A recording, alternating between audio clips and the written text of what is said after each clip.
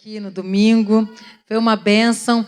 A minha mãe diz que para descansar nós temos a eternidade. E ela tem razão. Enquanto o Senhor quiser nos usar, Ele vai nos ralar no rala-coco dEle, até ficar aquele pedacinho, e Ele mesmo come o pedacinho que sobrou, e nós seremos louvor agradável a Ele, e que Ele nos receba em suas santas narinas todo o tempo, com as nossas orações, com os nossos corações e com as nossas canções diante dEle. Amém, pessoal? Eu queria cantar uma canção que diz que a Tua glória faz com que eu voe mais e me leva bem junto a Ti, me faz flutuar. A gente estava ouvindo esses dias as canções dos CDs antigos, e ontem, por exemplo, foi o dia da gente ouvir Profetizando as Nações, e a gente está aqui com parte da liderança do Profetizando as Nações, e todo mundo emocionado, dizendo, já tem 10 anos que nós começamos essa loucura. 10 anos que nós começamos essa loucura. O que vocês faziam antes de vocês serem missionários? A gente era feliz. Isso foi um missionário amigo nosso respondendo uma pergunta no meio do estresse. Sabe que ser feliz é uma questão de decisão. O teu estresse não define a sua felicidade, porque ser feliz independe do estresse ou da batalha que você está atravessando. Ser feliz é uma decisão dentro do seu coração com a palavra de Deus. Então, pelo vale, pelas montanhas, no meio da tristeza, no meio da escuridão, você é luz, porque você decidiu ser com Jesus. E não muda quem você é, o lugar que você está agora. E aquilo que aconteceu com você também não te define. Nessa noite eu quero dizer para você que seja o que for que você está enfrentando, você não é o que aconteceu com você. Você é o que você decidiu ser com Deus. E nessa noite, Deus vai segurar a tua mão e dizer, vamos embora, missionário. Eu ainda vou te usar muito aqui sobre a terra. Vamos embora. Você que foi chamado e escolhido pelo poder do nome de Jesus, não pode desistir no meio do estresse. Não pode desistir no meio da luta. Não pode desistir diante do diagnóstico. Não pode desistir diante do desafio da vida. Deus vai te espremer e vai te usar até o fim. Amém? Aleluia. Faz estremecer tudo em mim, faz derreter meu coração, me tira o medo, me conta segredos, aumenta minha fé, revela quem és. Tu és Emmanuel, por mim se entregou, nunca ninguém assim me amou. A tua glória faz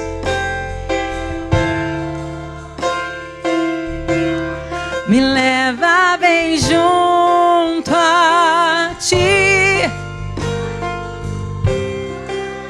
ao som da sua voz, ao som da sua voz.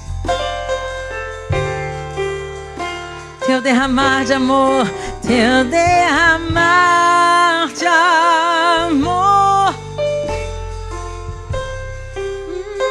faz estremecer, faz estremecer tudo em mim, faz derreter meu coração, me tira o medo, me conta segredos, aumenta minha fé, revela quem és. Tu és Emmanuel, Tu és Emmanuel, por mim se entregou, nunca ninguém assim me amou. A tua glória faz com que eu voe mais, me leva bem junto a ti. Flutuar ao som da sua voz, pulsar o meu coração.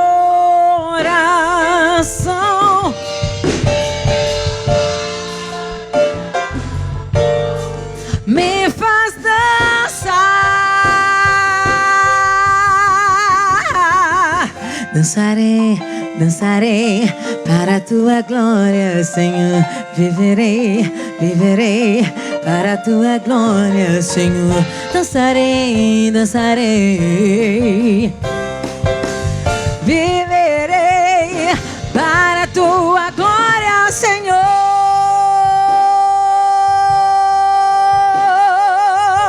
Viverei, viverei para a tua glória.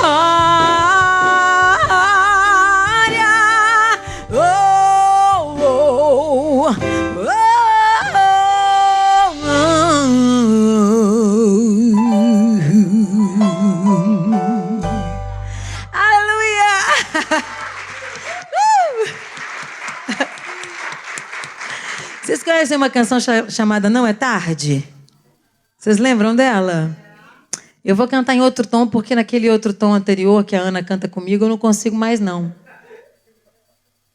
Vamos cantar naquele tom novo, Emerson? Não, eu ouço umas canções minhas de quando eu tinha 17 anos, eu falo assim, gente, eu era um soprano. Eu tinha uma região de soprano. E conforme... Eu comecei a cantar com 17 anos, né, pessoal? Assim, profissionalmente no gospel. Olha que coisa estranha. Profissionalmente no gospel. Quer dizer, definitivamente no gospel, porque profissionalmente eu cantava antes.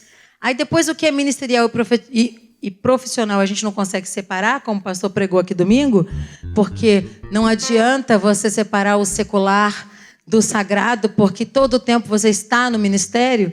Mesmo sendo um profissional, você que dirige um táxi, você que é médico, você que é um advogado, você que limpa casas, você que está no restaurante, você não deixa de ser um sacerdote.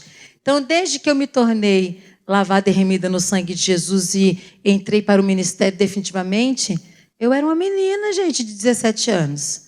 Me casei aos 19. Aos 21, eu descobri que as pessoas me conheciam. E eu comecei a cantar e pregar ao mesmo tempo, simultaneamente. E a voz foi amadurecendo diante do auditório, diante da igreja, diante da audiência. E no quebrantado coração eu descobri que eu tinha grave. Eu fiquei tão feliz com isso. Eu falei, Jesus, eu sempre quis ser assim, mais marrom, como diz o meu nome, Brown. E eu tenho tanto orgulho disso, gente. E me dá um pouquinho mais de grave, Senhor. Porque a minha mãe me tirou do forno antes do tempo.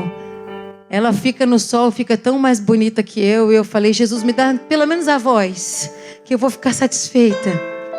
Aí nós decidimos baixar um pouco mais os tons e eu fiquei mais feliz. Eu acho que você vai gostar também de cantar um pouco mais grave comigo. Vamos lá? Não é tarde. Não é tarde para se sonhar. O céu ainda é azul, a esperança é só olhar no olhar de uma criança, no sorriso de uma mãe que deu a luz. Vai você, vai. Não é tarde, não.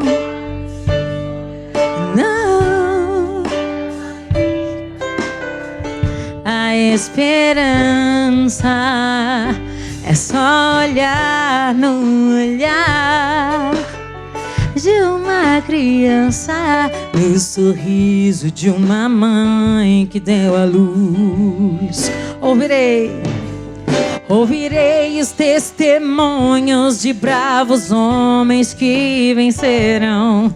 Ouvirei dos cegos que ainda esperam a minha visão. Ouvirei canções que marcam toda uma geração.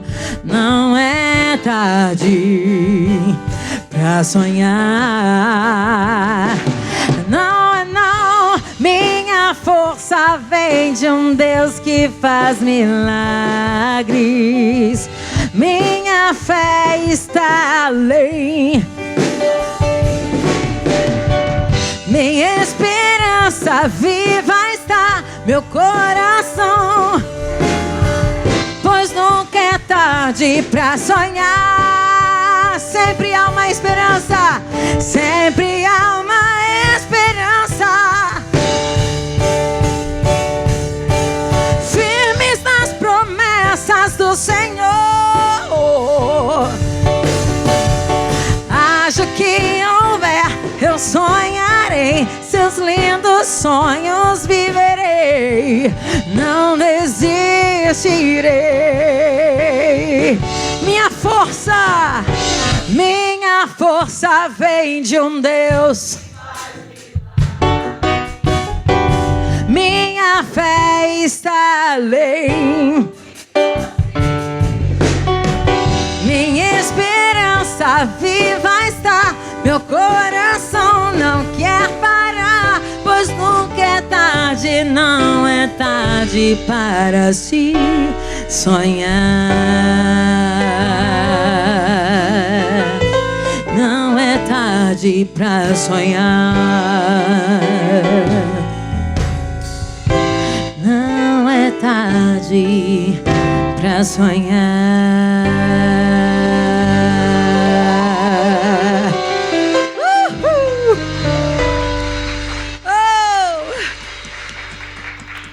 Tem um CD ao vivo que eu acabei de gravar e eu achei que nunca mais ia conseguir voltar pro ao vivo. Foi uma batalha, gente. Desde o Apenas um Toque, voltar pro ao vivo foi um caminho. Mas... O que foi, menino? Tá vendo aí? Ah, sim, senhor. E nós voltamos pro ao vivo no ano passado. E houve uma grande moda de CDs ao vivo consecutivos. E é muito esquisito as coisas que Deus fala com a gente para ir ao contrário. E às vezes eu digo assim, Jesus, não dá para ser igual um pouquinho só um pouquinho. E Deus fala, não, eu te dou uma direção, te dou um chamado, te dou uma revelação. Você precisa ser fiel a essa revelação, a esse chamado. E eu digo assim, oh Jesus, mas dói tanto. Às vezes a gente está tão o contrário da multidão, tão o contrário daquilo que está fluindo para geral, né? E foram 10 anos para a gente voltar para o ao vivo. Enquanto todos faziam CDs ao vivo, eu estava sempre me amarrando e bebendo dessas águas maravilhosas de amigos queridos que tinham revelações lindas. Deus me mandou algumas vezes de volta para o estúdio. E depois de 10 anos Ele me deu esse relax. E eu tive o privilégio de gravar uma canção do Ministério Voz de Muitas Águas, que diz que quem já pisou no Santo dos Santos não pode mais viver em outro lugar. Gente, que presentão foi esse, né? E mais uma vez falando de coisas tão diferentes do que eu tinha falado no CD anterior. Eu tenho que confessar a vocês que andar por fé é realmente um desafio. Sabe quando Indiana Jones coloca o pé no nada e aparece aquela pedra? Eu me sinto assim tantas vezes. E eu acho que você também. Então continue andando por fé. Deus é conosco, amém? A canção é linda, diz assim, olha. Eu me rasgo por inteiro, faço tudo, mas vem novamente. Eu mergulho na minha ardente, mas peço que tua presença aumente. E se eu passar pelo fogo, não temerei, na tua fumaça de glória eu entrarei longe do Santo dos Santos, não sei mais viver.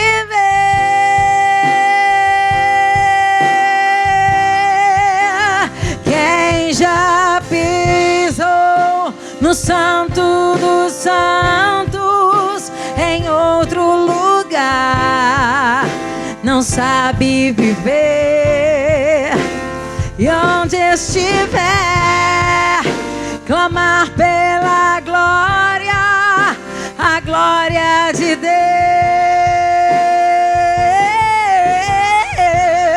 Deus. Quem já pisou no Santo dos Santos, em outro lugar, não sabe viver. E onde estiver, clamar pela glória, a glória de Deus. Erga suas mãos comigo e cante assim: glória,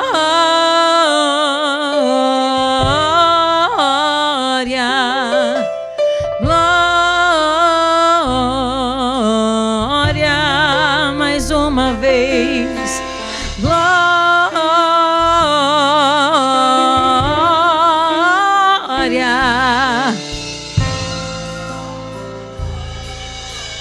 Diga santo, santo,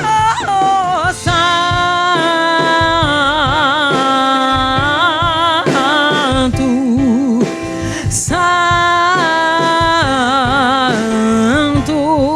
Você pode abrir o coração. Santo,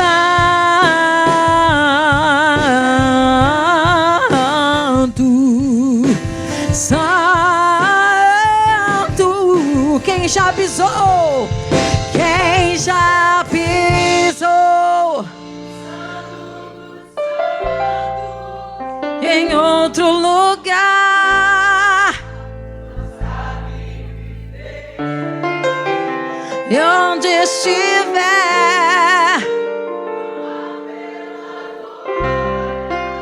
a glória de Deus. Quem já pisou? Quem já pisou?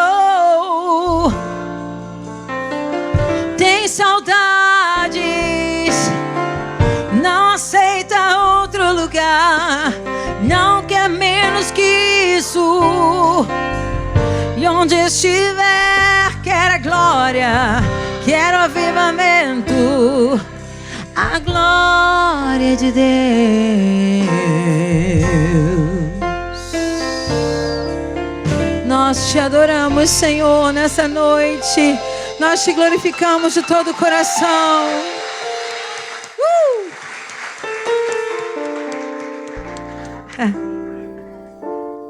Deus ainda está fazendo uma casa em mim. Deus ainda está me construindo. Você tem coragem de colocar uma placa em você assim, em obras? É tão bom quando a gente diz a real para o irmão. E a gente diz assim: calma, eu estou em manutenção. Vai perdoando aí que eu estou esperto, mas ainda não estou pronto. Você tem certeza que é a casa de Deus? Ou você ainda está com dúvida de que Deus te ama e que Ele habita em você? Deus está fazendo uma casa em mim. Deus está fazendo um jardim em mim. Eu estou em construção. Deus está me ensinando. Eu estou aprendendo. Deus é paciente comigo. Ele é meu Pai, Ele é meu amigo. Sou pequeno, Deus é grande. Eu sou frágil, mas Ele é forte. Eu sou dele, me entrego. Eu sou dele e me rendo. Deus ainda está me construindo. Deus ainda está me construindo. dia após dia. E dia após dia eu estou crescendo. Deus é paciente comigo. Ele é meu Pai, Ele é meu amigo. Sou pequeno, Deus é grande. Eu sou frágil, mas Ele é forte. Eu sou dele, me entrego. Eu sou dele e eu me rendo. Deus ainda está me construindo. Deus ainda está me construindo.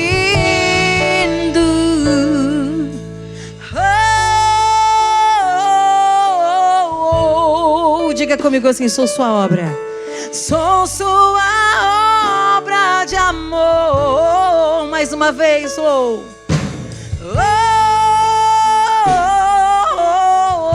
Sou sua obra de amor. Sou sua obra de amor. Mais uma vez. Sou sua obra.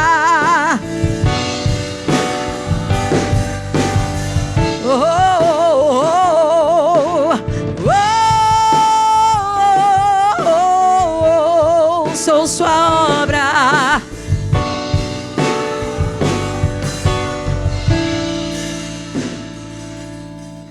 Deus está fazendo uma casa em mim. Deus está fazendo um jardim em mim. Oh! Graças a Deus que eu não estou pronta. Você pode dizer isso comigo? Graças a Deus que eu não estou pronto. Pronto? Não. Em construção? Sempre. Quando a obra vai terminar? Não sei. Dá uma olhada para o teu irmão do lado. Eu sei que essa é a hora chata. Mas dá uma olhada para o teu irmão do lado. Quem mandou sentar do lado de alguém? E diz assim: tem paciência comigo. Eu não estou pronto ainda. Tá vendo a plaquinha? Estou em construção. Ok? Tem gente que é tão exigente consigo mesmo, que colocou um limite tão absurdo que nem mesmo ele consegue alcançar o limite que ele colocou. Tem gente que idealizou tanta perfeição para si mesmo, que hoje chegou aqui em frangalhos porque descobriu que não é onipotente. Descobriu que não é perfeito. Tem gente que caiu no próprio laço que fez para si mesmo. O laço da autossuficiência, o laço da perfeição. E é isso tem derrubado ministérios dia após dia. Crentes têm derrubado, tropeçado na sua autossuficiência e na perfeição que idealizaram para si mesmos. Se você entrou aqui nessa noite com essa ideia maluca, eu quero desconstruir essa ideia com você hoje. Quero dizer que tanto você quanto eu estamos em construção e Deus está fazendo um lindo trabalho nesse canteiro de obras que é a nossa vida. Aplauda ao Senhor Jesus nessa noite. E diga comigo assim: eu decidi. Decide depois que falar, tá, gente? Eu decidi que eu vou me perdoar. Que eu vou ter um pouco mais de paciência comigo. Mas isso não é desculpa para tropeçar toda hora. Eu estou em obras, mas eu tenho que subir do chão. O meu muro tem que subir.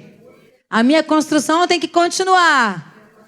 Mas eu tenho que lembrar que eu não sou melhor que ninguém e que eu ainda não estou pronto.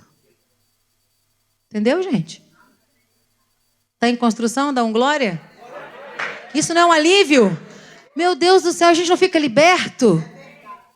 Porque eu nunca vi, gente. Tem uns crentes que eu conheço que eu fico pensando que Deus ama mais eles do que a mim. Sabe por quê? Porque eles são tão perfeitos. Tem umas biografias que eu leio que eu falo assim, meu Deus, essa pessoa não sangra, ela é de plástico. Nunca deu nada errado para essa pessoa. Por que Deus escolheu essa pessoa para ser melhor do que eu? Por que Deus escolheu essa pessoa para não tropeçar, para não errar, para não se magoar? Sabe aquela pessoa que fala e você nunca vê a pessoa fora de si? Nunca, nunca, jamais. Nunca está brava. Nunca ficou vermelha em público. Nunca passou uma vergonha. E eu fico pensando que essas pessoas, elas ou elas não existem, ou elas estão mentindo. Porque olha bem para você hoje. Olha para o seu irmão do lado e pensa se algum dia ele não sofreu igual você. Isso acontece com todos os ministérios. Isso acontece em todos os lugares. A diferença é que alguns contam, outros não. Uma vez eu recebi um conselho terrível de uma ministra do Evangelho. Ela disse assim, Fernanda, para de contar suas dores, porque as pessoas só batem onde dói. Eu disse, é uma boa estratégia para a gente usar máscara.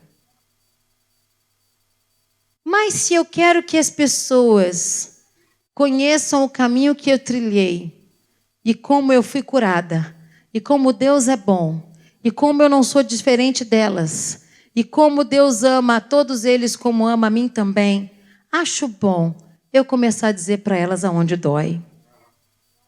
Se elas me baterem, não é um problema meu. Porque se eu estou curada, você só vai encostar numa cicatriz, meu bem. Existem pessoas guardando suas feridas e nunca são curadas, porque têm medo de mostrar onde dói. Vamos cantar Espírito Santo? E eu quero que você decida hoje olhar para essa ferida que você tem escondido durante tantos anos e declarar que essa ferida vai se tornar uma cicatriz somente. E que essa enfermidade, ou essa ferida, ou essa enfermidade que você está vivendo, ou essa dor emocional ou natural, ela será de grande valia, um testemunho tremendo para que outras pessoas sejam curadas. Porque senão não valeu nada você passar por esse vale. Vamos cantar Espírito Santo? Espírito Santo, ore por mim.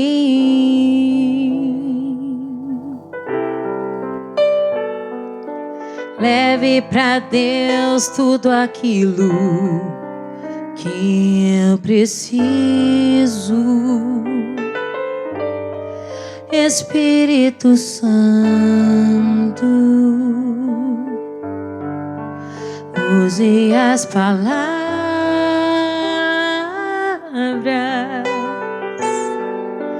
que eu necessito usar, mas não consigo. Me ajude nas minhas fraquezas. Não sei como devo pedir. Espírito Santo, vem interceder por mim.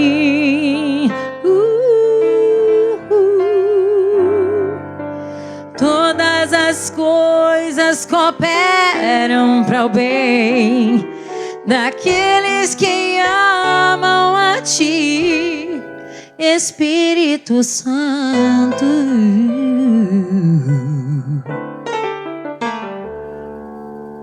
Estou clamando. Estou pedindo. Só Deus sabe a dor que estou. Meu coração,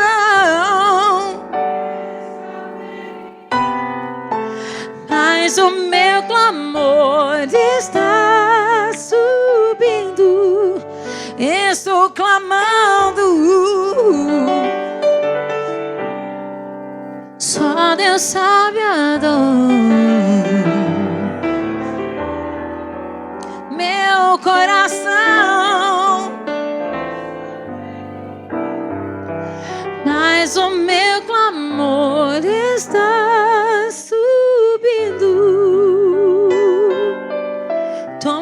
coração, Jesus. Toma o nosso clamor nessa noite, Jesus. Toma as nossas feridas. Nós estamos aqui para transformar essas feridas em cura divina, para transformar essas dores em glória de Deus. Nós estamos aqui diante do tratamento do céu. O Senhor não planejou isso a nosso respeito. O Senhor não tem prazer na enfermidade. O Senhor não colocou enfermidade em ninguém. Mas o Senhor é aquele que pega tudo isso e transforma em glória para o seu nome. Aleluia. Todas as coisas cooperam para o bem daqueles que amam a Ti.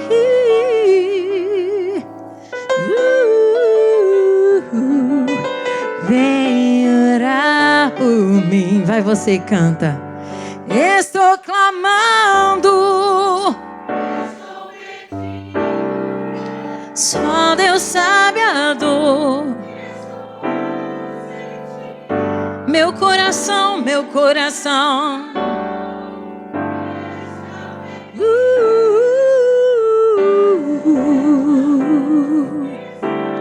Subindo, estou clamando. Só Deus sabe a dor. Meu coração está ferido, mas o meu clamor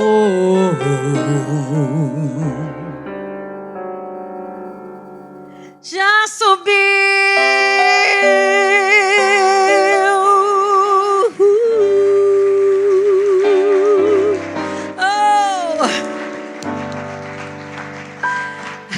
Eu vou lembrar só o refrão de mais uma para passar para o pastor Emerson. Que senão daqui a pouco vem aquele, sabe aquele cajado assim do teatro? E faz um... E tira daqui, menino. Amor, vamos tocar um pedacinho do Quebrantado Coração para lembrar uma Good Times. Uma naftalina. Ah, vocês ouviam, né? Essa rádio lá no Brasil. Todo mundo que riu se entregou. Anos 90, né, pessoal?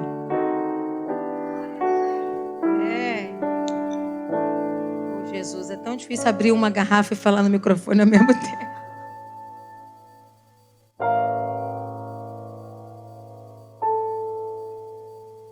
Um quebrantado coração move o coração de Deus.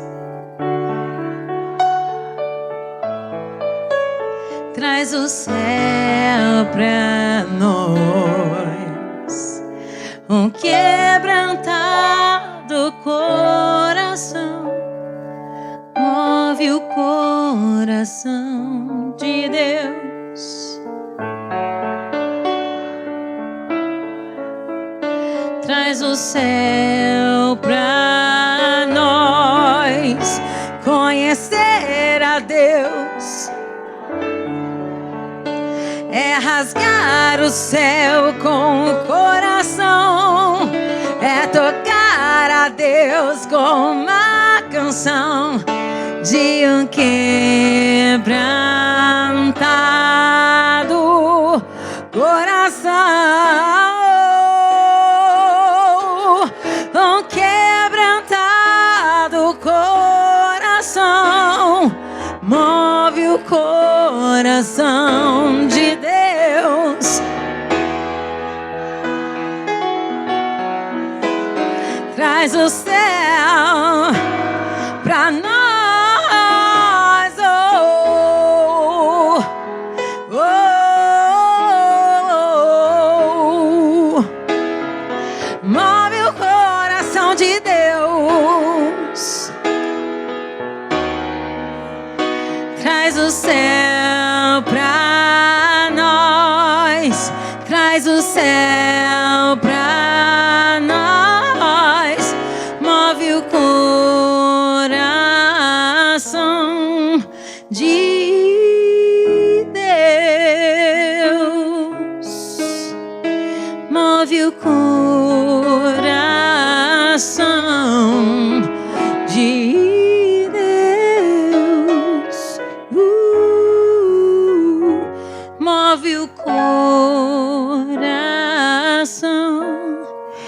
Deus.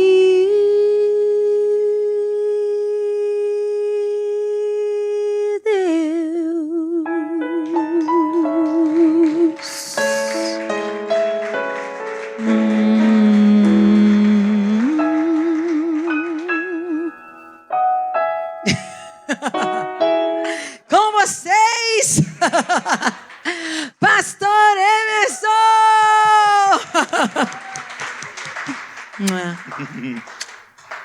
Morre de vergonha. Morro de vergonha, gente. Eu beijo mesmo. Boa noite, paz seja com todos, amém? Duvido me dar uma água. Tem coragem? Tá aberta? A gente fala assim para mexer com a pessoa, duvido me dar uma água. Você mexe com a pessoa.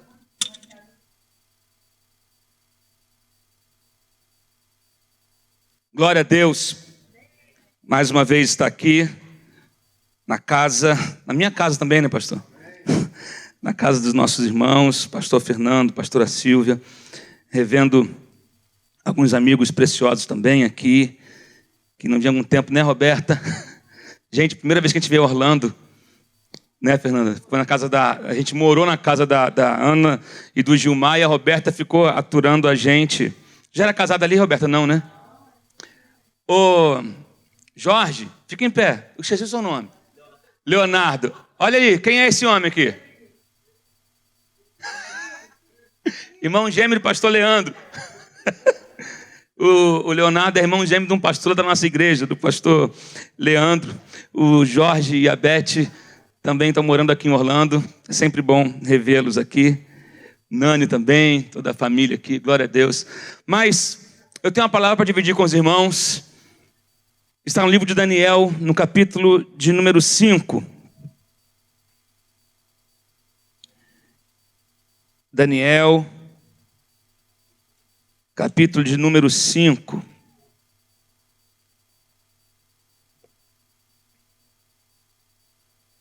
Dá uma glória a Deus aí, gente. Está tão silêncio aqui que eu estou com medo. Sabe aquele silêncio que está na congregação que, gente, dá um arrepio assim? Não, vamos reagir. Glória a Deus. Daniel capítulo 5. Quem achou, diga amém.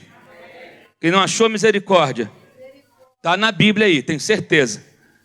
Daniel está aí. Depois de Ezequiel, nós vamos ler o verso de número 13. Então Daniel foi introduzido à presença do rei. E disse o rei a Daniel: és tu aquele, Daniel, dos cativos de Judá que o rei meu pai trouxe de Judá? Eu quero repetir a primeira parte dessa pergunta que Belsazar faz a Daniel. És tu aquele, Daniel? Feche teus olhos, vamos orar. Pai, a tua presença é grande nesse lugar e nós podemos sentir a tua glória aqui. A minha oração nessa hora é para que os nossos ouvidos estejam conectados à tua voz. Fala conosco, ó Deus. Fala aos nossos corações, que a tua palavra venha achar, ó Deus, em nós um terreno fértil e que ela possa prosperar na nossa vida. Em nome de Jesus eu te peço isso nessa noite. Amém. Queridos, Daniel foi levado cativo para a Babilônia quando tinha 16 anos de idade. 16 anos de idade, um adolescente ainda, o seu nome significa Deus é o meu juiz. E muitos conhecem a história de Daniel na cova dos leões, muitos conhecem a história de Daniel quando ele se recusou a comer das iguarias do rei, daquilo que o rei servia. Quando os jovens trazidos cativos foram levados para a Babilônia, o rei disse: dê para eles da minha comida, daquilo que eu tenho de melhor, da minha bebida, para que eles possam ficar fortes e inteligentes. E Daniel chegou e falou: olha o seguinte, eu não quero nada do rei, vamos fazer aqui um acordo. Daqui a 10 dias a gente volta a se encontrar de novo, mas eu só quero ficar na dietazinha com legumes, eu só quero comer de legumes e tomar suco, eu não quero nada que venha do rei.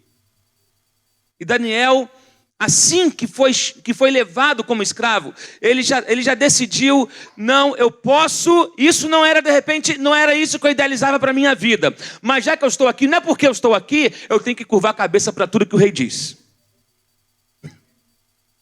Posso ouvir um amém aqui? Você não tem que ser escravo de um sistema. Não é porque todo mundo faz, você tem que fazer. Não é porque o que vão pensar de você, eu posso perder o meu status, eu posso, querido em Deus, oh meu Deus do céu. Eu vou chegar mais na frente, não vou antecipar ainda agora não. Mas Daniel, desde o começo, ele sabia em quem ele cria e a quem ele servia. E aquele que anda com Deus, ele sabe que até a luta coopera para o bem dele. Até a luta, querido, quando você caminha em comunhão com Deus, Deus faz com que a tribulação trabalhe em seu favor. Um mais que vencedor é aquele que tem os seus problemas trabalhando a seu favor, não contra ele. Daniel entendia isso. Ele disse, não é porque eu estou aqui que eu vou me curvar a tudo que o rei diz. Interessante que quando Daniel é levado cativo, ele tinha 16 anos de idade. 16 anos de idade. Um adolescente. Com um futuro pela frente, cheio de sonhos, cheio de ideais, cheio de projetos. E 16 anos de idade, de repente é levado como escravo.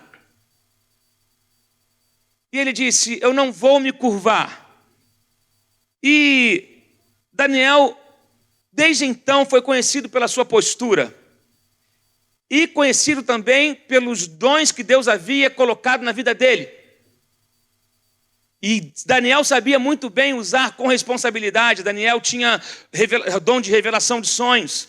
Daniel era um homem que andava com Deus. Então, ele já ficou conhecido em todo o império ali como um cara diferente. Um jovem diferente. Ele está no meio, mas ele não é do meio. Existe uma diferença entre estar e pertencer.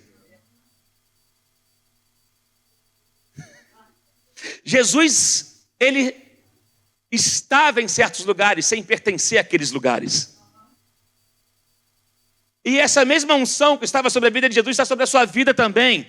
Você pode estar em lugares que não são favoráveis, mas não significa que você pertence àquele lugar. Eu estou aqui, eu estou nessa situação, eu estou nessa luta, mas que o propósito de Deus se cumpra, se estabeleça. Você precisa aprender a estar sem pertencer. Daniel estava na Babilônia, mas ele não pertencia à Babilônia. Ele estava naquele contexto, mas aquele contexto não governava a vida dele, não. Ele falou, eu vou decidir me manter puro no meio da sujeira. Queridos, o se contaminar é escolha sua. A opção por pureza ou sujeira, nós que fazemos. Mas aquele ambiente é terrível, mas é justamente no ambiente terrível que Deus precisa de luz. É justamente no ambiente... O problema é... Nós gostamos, às vezes, de pular as partes complicadas da nossa vida. Mas são as partes complicadas da nossa vida que fazem com que nós sejamos mais fortes. Não é verdade? É a parte que às vezes você fala assim, olha, eu nasci... Você já passou por essa situação assim? Eu nasci numa família onde meu pai foi embora de casa, eu era um adolescente, e depois ele voltou, mas ele e a minha mãe... é complicado, deixa isso para lá. Você já passou... Tem situações na sua vida que você fala assim, eu não vou nem explicar porque é complicado. Mas é justamente o complicado que você tem que contar. Porque são as fases complicadas que fortalecem a sua fé. São as fases complicadas que fazem você amadurecer. É a fase que você quer pular do seu testemunho, que você deve contar. Porque foi quem fortaleceu você. Ali a tua pele engrossou. Ali o teu terreno foi ficando duro. E você aprendeu a andar num terreno difícil. Na fase complicada. É o complicado que vai fazer você crescer.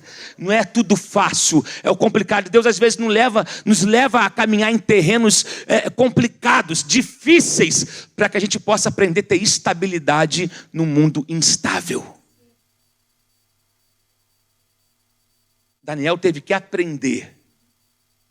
Interessante, 16 anos de idade e já com a mente tão firme, tão sabendo a quem ele pertencia, quem ele era. Não é porque eu sou um jovem que eu vou me curvar para o sistema. Não é porque, oh meu Deus, sabe, o mundo é diferente. Não, o Deus é o mesmo, a santidade é a mesma. E isso não há negociação.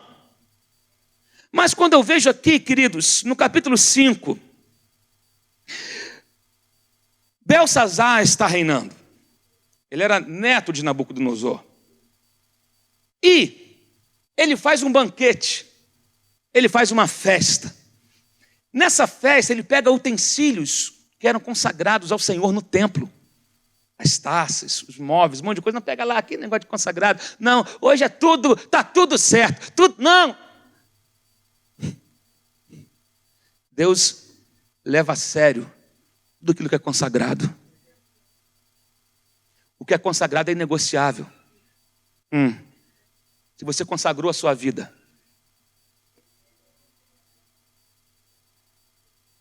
Deus viu o que Belsazar tinha feito, pegou coisas consagradas ao Senhor e levou para aquilo que era profano. E tem muita gente, é muito complicado, quando tudo é sagrado, nada é sagrado. Não é verdade? Aí vira a popularidade do sacro, do sagrado. Mas Deus ainda gosta, o sagrado é separado. O sagrado é separado. Aquilo que é sagrado para Deus não serve mais para outra coisa.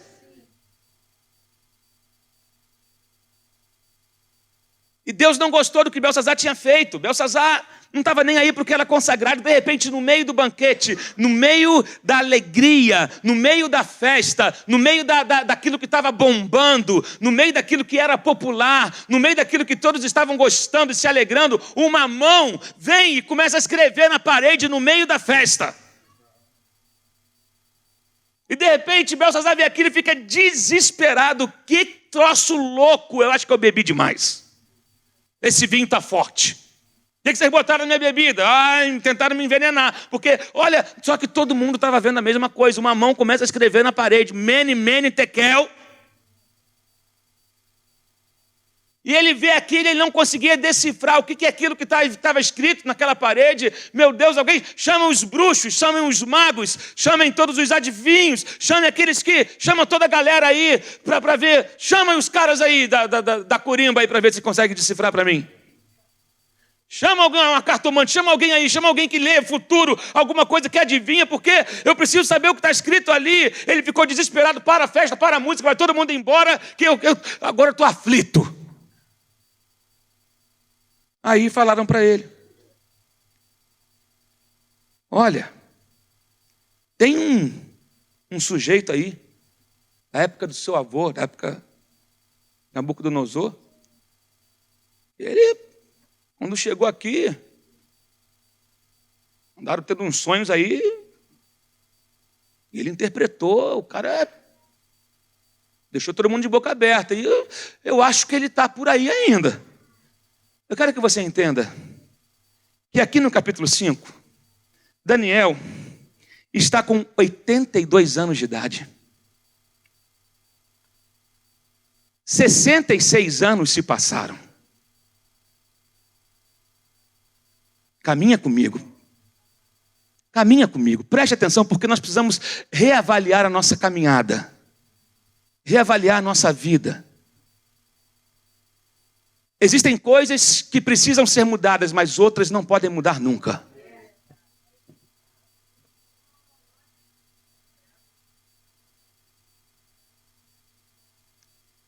"66 anos depois, provavelmente, de acordo com alguns estudos, Daniel já estava aposentado das suas atividades no reino. Mas quem tem ministério não se aposenta nunca. Quem tem chamado não se aposenta. Aquele que tem chamado, ele sabe que ele deve pregar a palavra a tempo e a fora de tempo. Exortar, mostrar, falar, está sempre pronto. Então, não existe aposentadoria para quem tem chamado. Enquanto você está vivo nessa terra, você pode ter se aposentado da sua carreira de advogado, de medicina, mas de ministro não, de servo de Deus não. Não existe aposentadoria para isso. Você se aposenta do seu emprego, mas você não se aposenta do chamado. Daniel estava lá, e aquele que serve a Deus, ele está preparado em todo o tempo, com 16 anos ou com 82.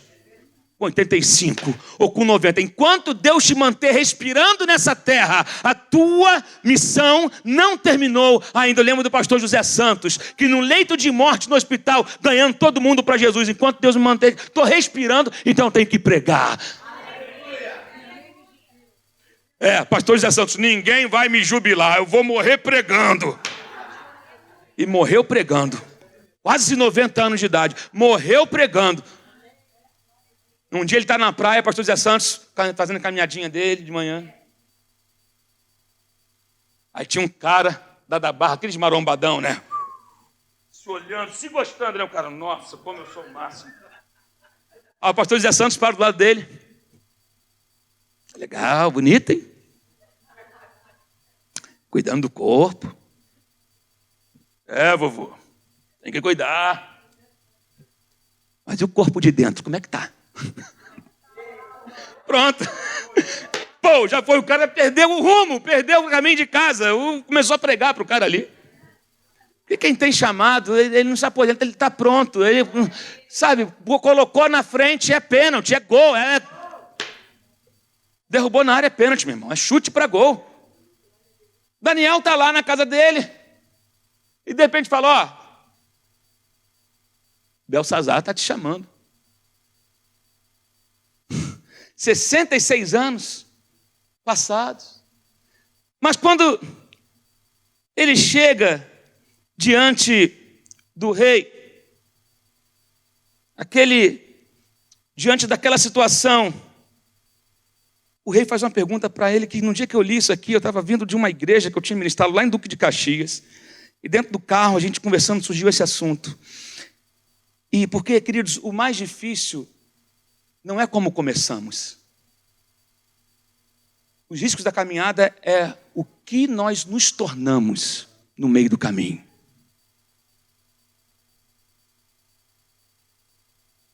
Começar é fácil, difícil é permanecer.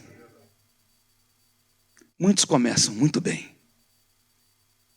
mas no meio do caminho vão mudando. Muda o que não teria que ser mudado. Sabe? Quando Daniel chega na presença dele, olha o que Belsazar pergunta para ele. Você é aquele Daniel?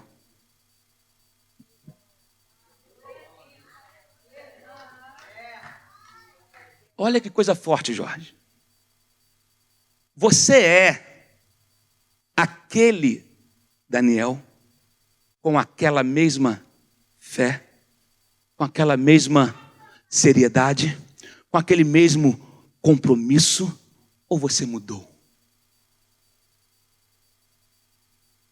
E essa pergunta a gente tem que trazer para nós. Eu ainda sou aquele de quando eu comecei? Eu ainda sou aquele mesmo de quando eu levantei minhas mãos, eu comecei a ter experiência com Deus, tudo que eu queria era servir a Ele, ou o sistema me mudou? Eu ainda sou aquele que tinha desejo pela santidade, eu me tornei um impostor da fé? Ou me tornei um burocrático gospel? Um ativista religioso? Apenas um membro de igreja? Vivendo na indiferença de uma vida sem sentido e louca? Correndo de um lado para o outro e não sendo efetivo em nada? Não sendo eficaz? Eu sou ativo, mas não efetivo. Eu corro, mas eu não produzo. Já produzi um dia? Tem gente que gosta de falar do dia que ele fez, o que ele foi. Você está vivo ainda? O que, meu querido, passou. Você ainda é aquele que continua crendo nas mesmas coisas que você cria? Você ainda é aquele que continua tendo o mesmo relacionamento com o Espírito Santo que você teve? Ou você deixou que a teologia te engessasse? Que os manuais bíblicos te deformassem? Você ainda é aquele? Você continua inegociável?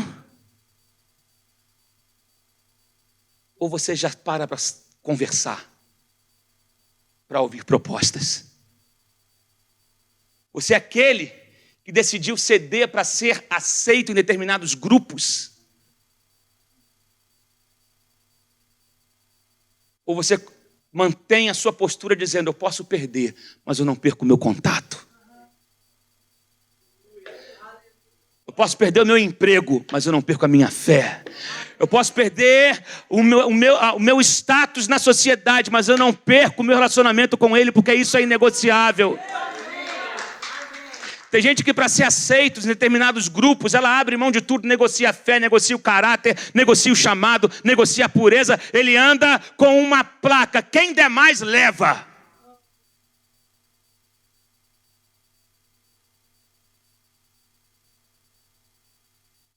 Essa pergunta tem andado na minha cabeça, meu Deus, eu ainda sou aquele Emerson da adolescência que não conhecia os bastidores.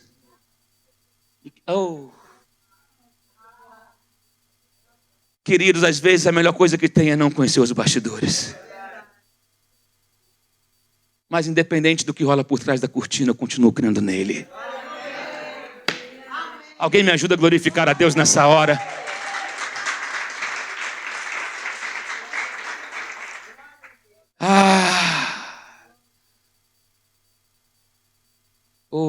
Eu vi um pastor uma vez falar sobre isso, contando um testemunho.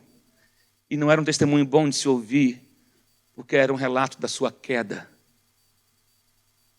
E eu chorando muito ouvi ele falar sobre isso. Eu não vou falar o nome, porque eu não quero expor ninguém, o altar não é para isso. Mas a gente tem que se encontrar. Sabe quando você para no condomínio? Lá no Brasil tem muito isso, eu não sei como é que é.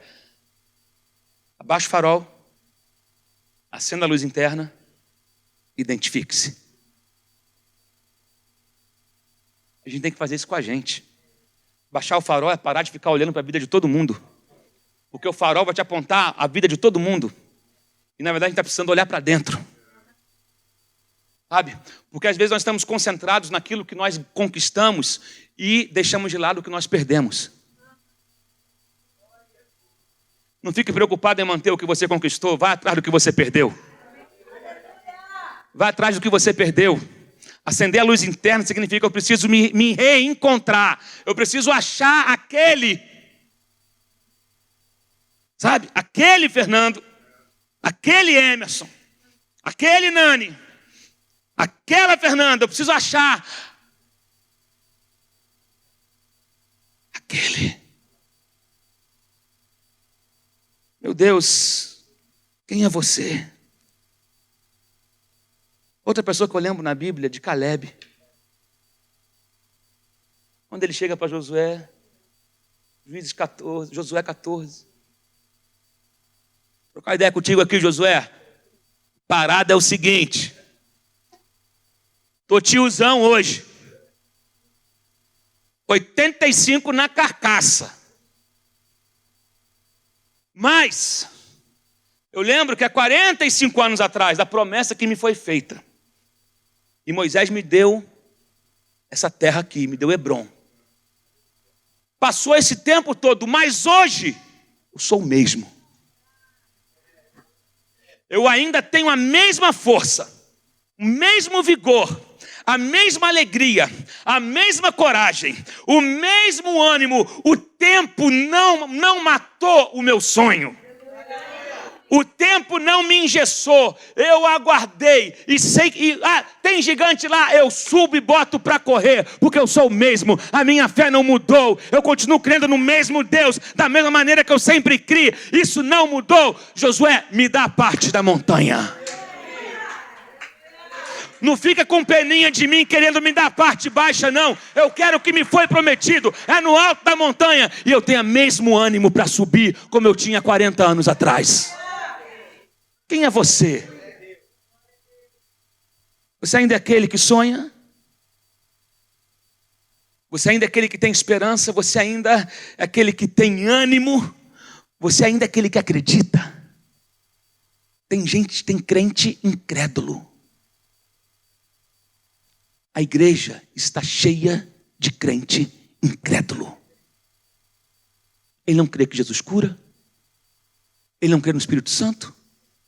Ele crê no Deus que ele criou, não no Deus que criou ele. O homem limita o agir de Deus. Quer botar Deus numa caixinha ou dentro de um manual teológico. E Deus não está preso a nada disso. O Espírito Santo sopra onde quer porque ele é livre.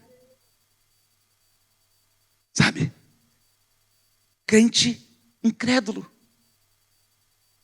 A palavra ímpio significa aquele que não tem fé. A gente acha, o ímpio é o que está lá fora. Tem muito ímpio, mais crente do que o crente que está dentro da igreja. Porque às vezes o cara que está dentro da igreja, ele se deforma. Se deixar, se deforma.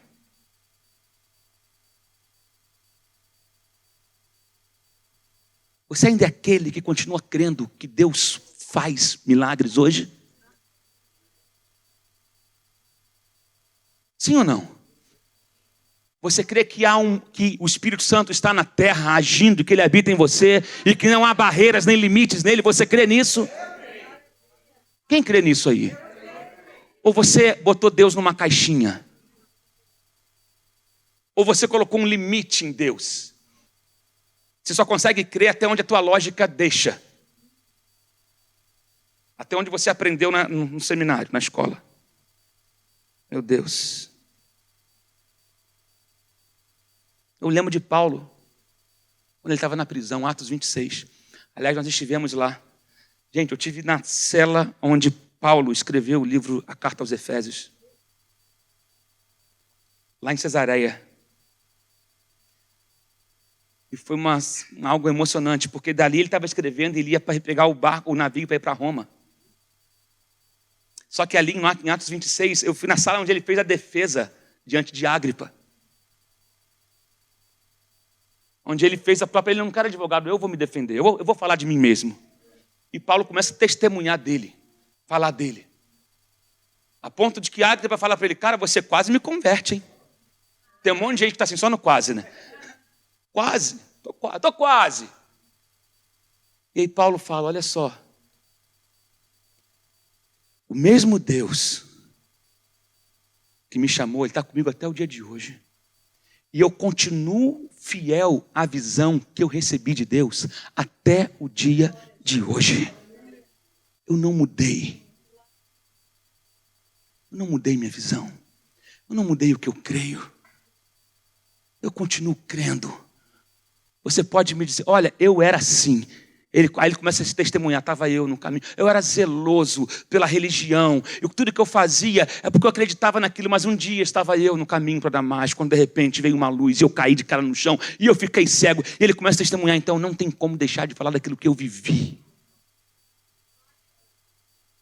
E ali Deus me deu um chamado e eu continuo fiel até o dia de hoje.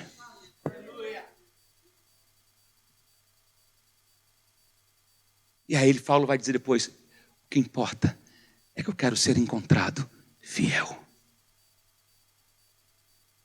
Eu quero ser encontrado fiel. Você ainda é aquele fiel? Oh, meu Deus. Você é fiel mesmo diante da perseguição? Você é fiel mesmo diante dos nãos? Você é fiel mesmo diante das portas fechadas. Nós glorificamos a Deus pelas portas que Ele abre, mas dificilmente pelas portas que Ele fecha. Nós glorificamos a Deus pelos sims que Ele nos dá, mas dificilmente gostamos de glorificar pelos nãos que Ele nos dá também. E Deus também diz não. O amém é sempre fraco. Deus também diz não. Não também é resposta. E quando Deus te diz um não, é porque Ele tem algo melhor para a tua vida.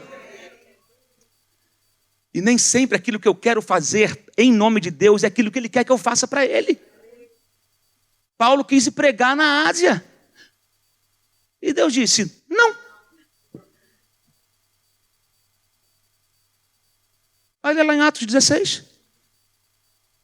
Paulo queria fazer uma cruzada evangelística na Ásia. Vamos fazer uma cruzada para bombar.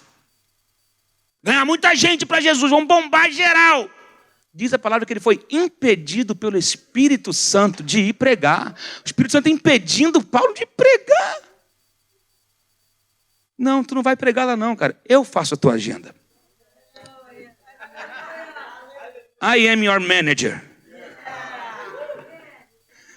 Não é você que decide para onde você vai. Eu decido aonde você será útil. Paulo, você não vai para a Ásia agora porque eu quero te levar para um lugar onde você vai ser mais eficaz. Então eu vou fechar a porta da Ásia agora porque eu vou te levar para um lugar onde o que vai acontecer lá vai repercutir na Ásia. Foi quando ele teve a visão de um homem chamando, passa a Macedônia e ajude-nos.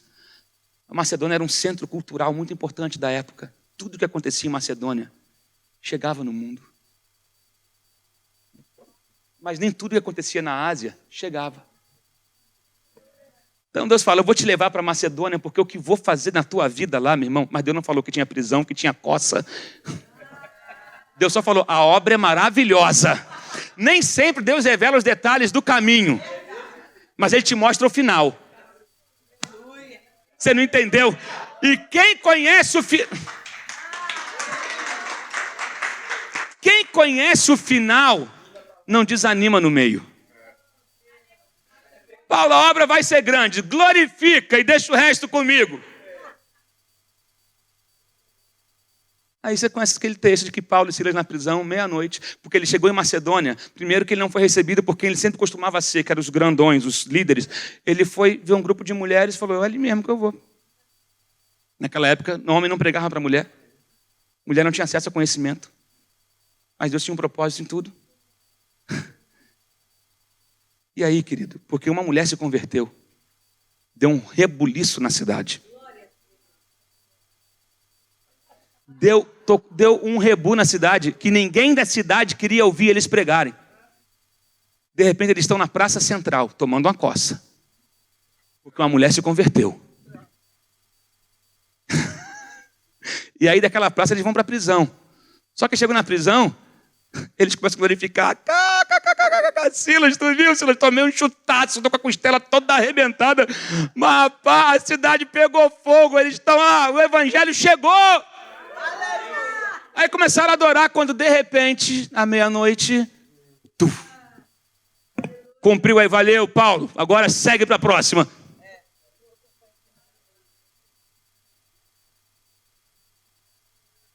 Não morreu. Vai morrer não. Você não vai morrer não. Permaneça fiel. Eu vou repetir, permaneça fiel. No meio da luta, permaneça fiel. Adore. Você ainda é aquele que adora no meio da circunstância difícil? Eu tenho que correr. Eu lembro de Marta e Maria quando Jesus estava na casa delas. Lucas capítulo 10. Né? Maria aos pés de Jesus. Tadinho lindo. Marta chega e fala, pô Maria, tô cheio de trabalho na cozinha, bolo no forno, café passando, pão de queijo, e você aí? Aí Jesus falou, Marta, Maria escolheu a melhor parte. e essa jamais lhe será tirada. Aí a gente sempre gosta de pegar Maria e colocar no pedestal, né? Exemplo de adoradora, exemplo a ser seguido. Você tem que ser menos Marta e mais Maria. A gente gosta de usar isso. Legal, ok, beleza. Mas quando Lázaro morre, e Jesus chega na cidade 4 dias depois, quem vai ao encontro de Jesus é Marta. Maria fica em casa. Vou nada. Cadê a adoradora na hora que o dia mal chega? Hashtag magoada, chateada, deprimida. Maria, você não vai? Não vou nada, Marta. Nosso irmão morreu, ele nem uma mensagem no Face mandou, não mandou uma coroa de flores, não mandou nada. Eu não vou. Tem muito adorador assim, que quando a situação difícil chega, ele esquece que ele é adorador. Você continua sendo aquele que adora, independente do dia mal. Oh, meu Deus. Oh, meu Deus. Oh, meu Deus. Queridos, Deus não exige de nós velocidade. Presta atenção nisso aqui. Deus não espera de nós, Deus não está buscando de nós velocidade, mas Ele busca constância. Sede firmes e constantes, sempre abundantes, em toda boa obra. Tem pessoas que oscilam o tempo todo. Você já viu, gente? Meu pai correu a maratona 2 vezes no Rio. São 42 quilômetros, 195 metros. E as 2 vezes eu fui assistir meu pai correr. Não dá para assistir todo o percurso, mas tem um trecho da corrida onde você fica para assistir os corredores. E era engraçado, porque eu vi na largada e vi no meio do percurso. Gente que ia com todo o gás. E lá na frente o cara estava assim, ó. Eu já via gente que estava lá sempre. Constância. Tem gente que quer dar piques de velocidade. Deus não está te pedindo velocidade, Deus está pedindo constância. Deus está te pedindo constância. Salmo 147, 10 diz o seguinte: Deus não se deleita na força do cavalo e nem na agilidade humana. O Senhor se agrada dos que o temem e esperam na sua misericórdia. Tem gente que quer mostrar agilidade para Deus. Tem gente que... E Deus fala, não. Onde estão os constantes? Constância. Eu permaneço mesmo de 60 anos atrás, crendo, me santificando, sabe? Eu continuo crendo no mesmo Jesus que eu cria.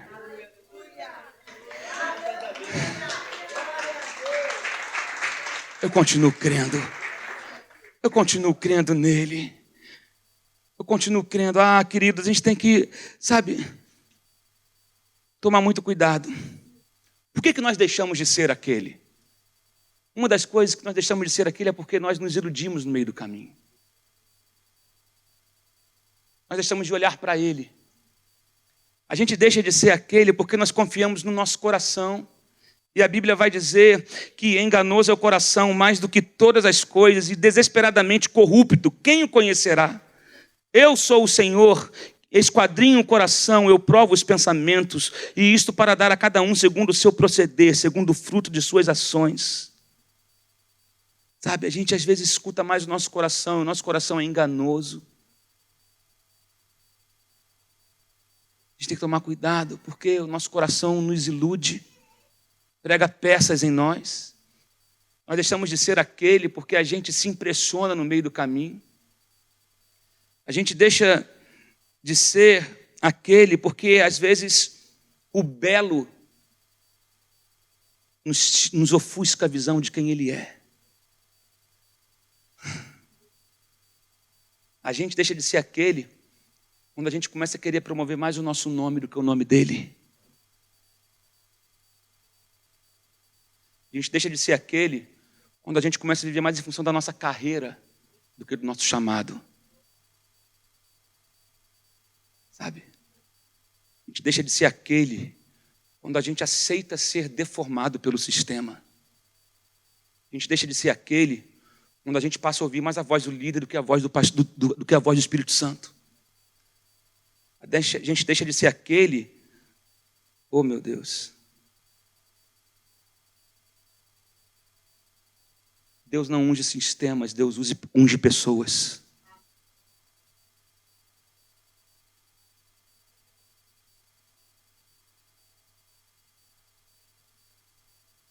gente deixa de ser aquele quando a gente começa a não ouvir mais a voz dele.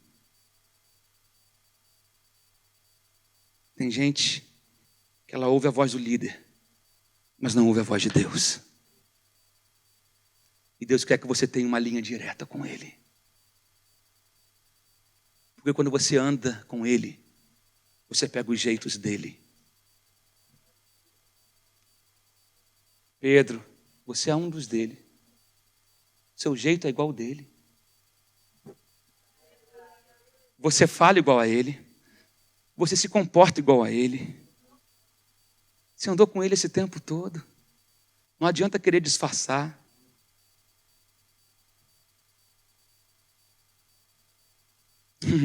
Lúcifer quis ser aquele.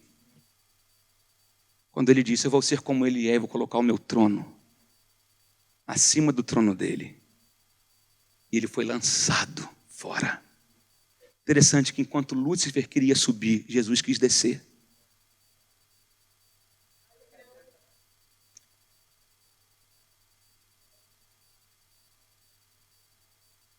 Enquanto Lúcifer queria ter tudo, Jesus abriu mão de tudo. Ele abriu mão da sua posição, do seu título, da sua glória. E desceu, se tornou um de nós. Desceu no nosso nível, para nos elevar ao nível dele. Né? Ele abriu mão da sua glória. Eu vou, Pai. Gente, o homem se perdeu. Deixa que eu desço, Pai. Eu gosto de Atos 10, 38. Que diz que Deus ungiu a Jesus com o Espírito Santo.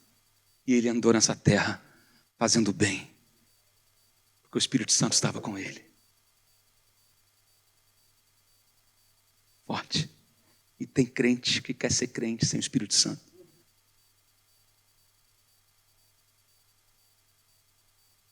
Jesus disse, eu desço se ele for comigo. Aí depois Jesus disse, eu vou subir com ele para enviar ele.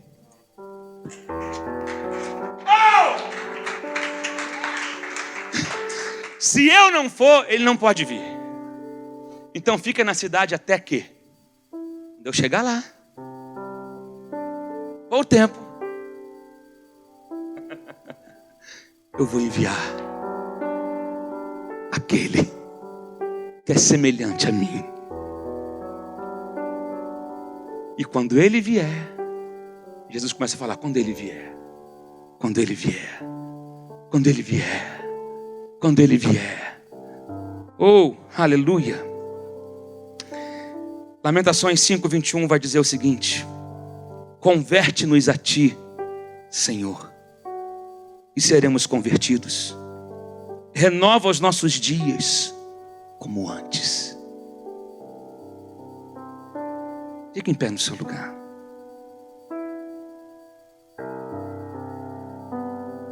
Não deixe que as decepções da caminhada deformem você. Eu quero que você entenda o seguinte: não existe igreja perfeita, não existe gente perfeita.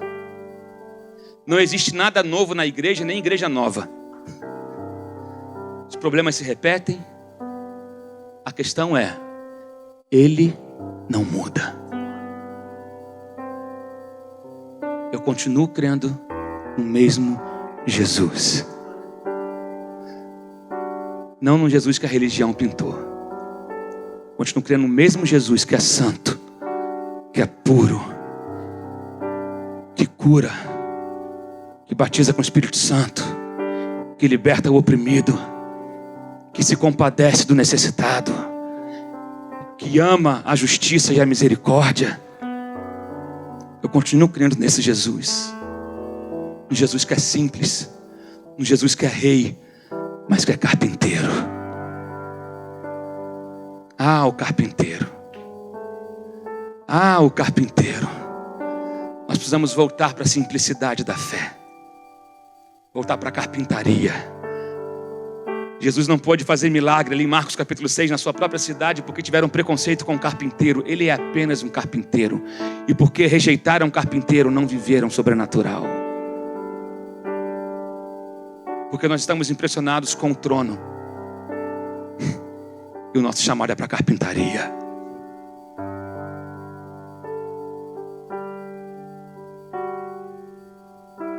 Não deixe que o sistema deforme a sua fé.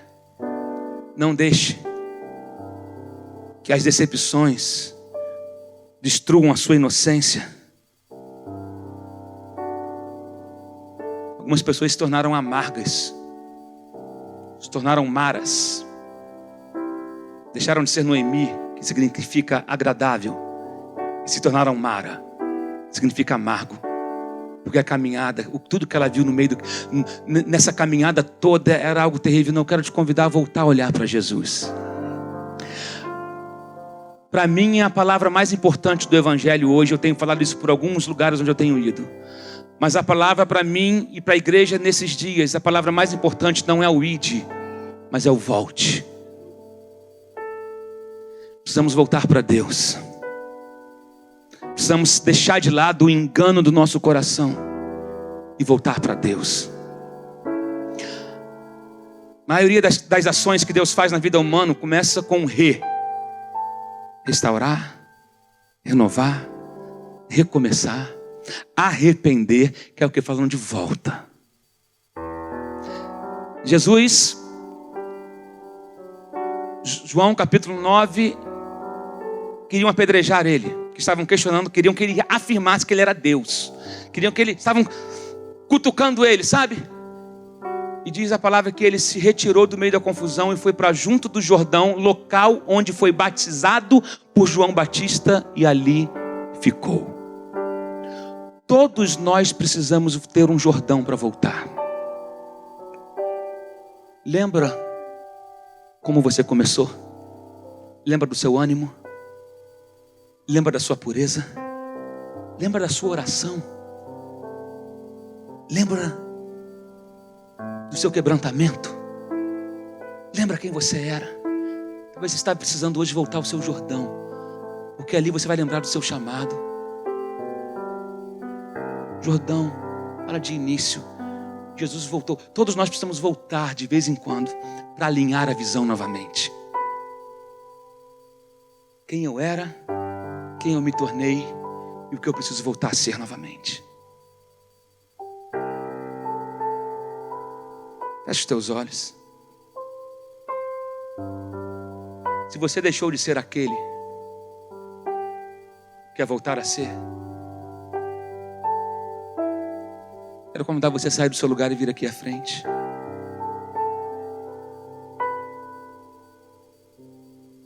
Eu já estou no apelo.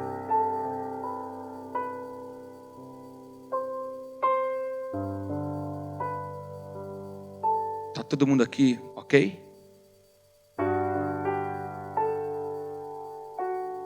Você é aquele Daniel? Você é aquele Ricardo? Você é aquela Andréia? Você ainda é? Ou no que você se tornou? Em que lugar você se perdeu? Perdeu no propósito, na visão, no chamado, na alegria. O Senhor quer limpar a tua vida hoje, para que você volte a ser aquele que você nunca deveria ter deixado de ser. Vá atrás do que perdeu. Lucas 15, a mulher da dracma perdida. Ela varreu a casa toda, ela tirou tudo de lugar. Ela tinha 9, mas faltava uma. E Deus é um Deus de coisas completas. De repente você tem uma área da sua vida que está super bem sucedida. A sua área profissional está excelente. Tu não precisa de grana, não precisa de novo emprego. Mas quem é você existencialmente? Quem é você no seu chamado? Quem é você espiritualmente? Aonde? Cadê? Ganhou dinheiro, perdeu a paixão, o fogo.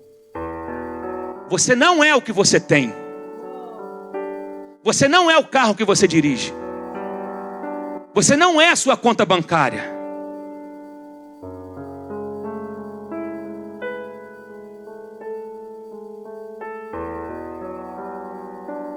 Onde foi parar aquela chama que ardia em você?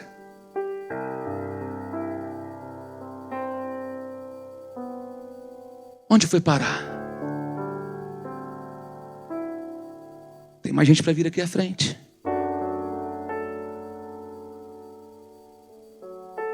Tem mais gente para vir aqui à frente. Não fique acanhado não, meu querido. É um passo é uma atitude que você toma, é um passo de liberdade que você está dando em direção a uma nova dimensão que Deus deseja te levar. Existe um nível de fé e de relacionamento que você não conhece ainda. Você não viveu tudo ainda. Tem gente que está tanto tempo na igreja, mas tempo de casa não quer dizer nada. Tem gente que está 30 anos na igreja, mas não conhece o Espírito Santo. Tem gente que está 20 anos na igreja, mas ele não viveu uma novidade de vida. Algumas pessoas só mudaram de religião, mas não decidiram, sabe?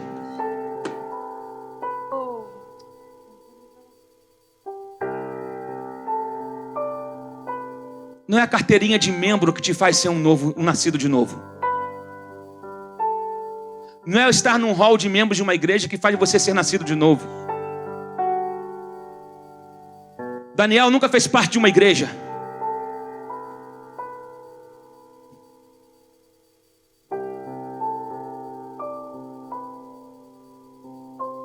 Sai do seu lugar, vem aqui à frente.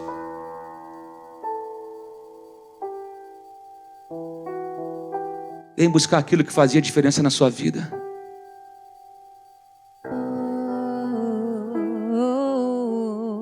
Pastora. Eu me rendo, eu volto ao Jordão, não sou mais o mesmo, ó Deus. Lava os meus pés, minhas feridas, lava o meu coração, Jesus.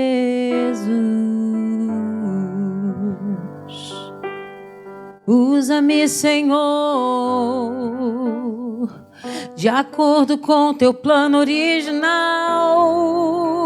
Usa-me, Senhor, restaura minha função, restaura o meu propósito no meu coração. Quero servir ao corpo de Cristo. Coloca-me, Jesus, no teu altar. Coloca-me, Jesus, no teu altar. Restaura o meu coração, Jesus. Aviva a tua obra em mim. Aviva a tua obra em mim. Ao tempo da inocência eu quero voltar. Ao tempo da pureza eu quero voltar.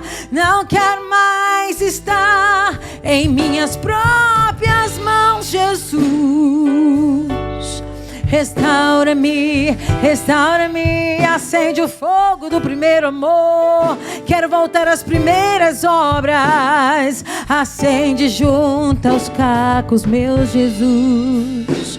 Senhor, eu oro agora por aqueles que estão no seu altar, que decidiram nessa noite restaurar o que ficou para trás, tirar o fogo antigo, tirar as cinzas, Senhor, de um tempo que se foi. Oh Deus, aqueles que se encontram no altar nessa noite estão dizendo: Senhor, pode fazer comigo o que o Senhor sonhou, ainda dá tempo, eu estou vivo, eu estou aqui, eu não sou o que eu me tornei, Jesus, eu sou o que o Senhor sonhou. Oh, eu não sou o que as pessoas pensam, eu sou o que o Senhor determina. Em nome de Jesus, nessa noite eu estou no teu altar e eu faço uma aliança contigo, uma aliança eterna de nova vida e de restauração. Aleluia, glória a Deus. Queridos, vocês que estão aqui na frente, eu não conheço vocês, então eu tenho a obrigação de dizer o seguinte: se vocês não estão em comunhão com uma igreja local, vocês precisam fazer uma aliança com a igreja local. Porque a brasa fora do braseiro, ela apaga. Se a gente não conviver com o irmão, a gente nunca vai ser afiado. Tem os desigrejados, são aqueles que eles ficaram tão desapontados com a igreja que eles preferiram ficar sozinhos. Eu compreendo a dor do desigrejado, mas o desigrejado, ele sempre vai ficar sem corte. Você sabe o que é uma faca sem corte? Ela continua sendo faca. Sempre vai ser um talher, mas ela não tem corte, porque o que afia a faca é a pedra. E é na igreja que a gente é afiado. Um ferro com o outro, gente. Vai fazendo o quê? Vai afiando e vai fazendo fogo. Então o desigrejado, ele tem o tempo dele, de ficar com raiva, ficar bravo, depois chega, já tá bom, porque ele vai ajudar a afiar outros irmãos. Como é que a gente vai afiar o corte de outras facas e outros martelos e outras ferramentas se a gente não tiver em atrito? É igual a família dos Brazuca. Como é que é a família do Brazuca? Todo mundo fala alto, come de boca aberta, não é? Incomoda o vizinho, come farofa, faz churrasco. Churrasco brasileiro é um negócio maravilhoso, gente. Mas se não tiver uma confusão em família, não foi churrasco. Tem que ter uma confusão na laje. Depois fica todo mundo de bem de novo. E se alguém falar mal da família, tá frito. Porque a família pode brigar, mas os de fora não podem falar mal da gente, não. A gente é que se entende. Igreja é a mesma coisa. Então já deu. Se você precisa fazer aliança de volta, a gente quer você, do jeito que você tá. Se você estava aborrecido, não tem problema, a gente também entende. E vai perdoando que a gente está em construção. Amém? Pode voltar para o seu lugar, em nome de Jesus. No final da reunião, você pode procurar alguém e dizer: ó, eu estava meio desigrejado, mas eu resolvi chegar porque não dá para ficar muito tempo fora, não. Tem gente falando mal da minha família, pode sentar no seu lugar. Mas quem sabe da minha família sou eu. Muito obrigada, gente, pelo convite dessa noite. Essa palavra, ouvir essa palavra mais uma vez, pastor Emerson tem me tratado tremendamente com essa palavra. E essa é uma realidade nossa. Toda hora a gente volta ao Jordão e checa a visão e conversa com os irmãos e com os amigos. Então, eu estou muito feliz de ter ouvido mais uma vez essa palavra que mexe com as minhas estruturas sempre. E eu estou voltando para casa hoje um pouco mais crente, se isso é possível. Arruma um caminho na sua teologia para entender as minhas expressões, tá? Porque eu sou exagerada, carioca, hipérbole mesmo. Então, às vezes, eu uso algumas expressões que podem não ser teologicamente corretas para todas. Mas faz um esforcinho, porque eu estou em construção. E a pessoa exagerada, ela tem que ser um pouco mais... dar um pouco mais de ênfase aqui, está dizendo. E eu estou dizendo que eu estou voltando mais crente hoje, se isso é possível, com essa palavra. Um tijolo da minha construção foi muito bem cimentado nessa noite. E eu digo que estou crescendo um pouco mais. Amém, pessoal? Aplaudam o Senhor se vocês amam a gente.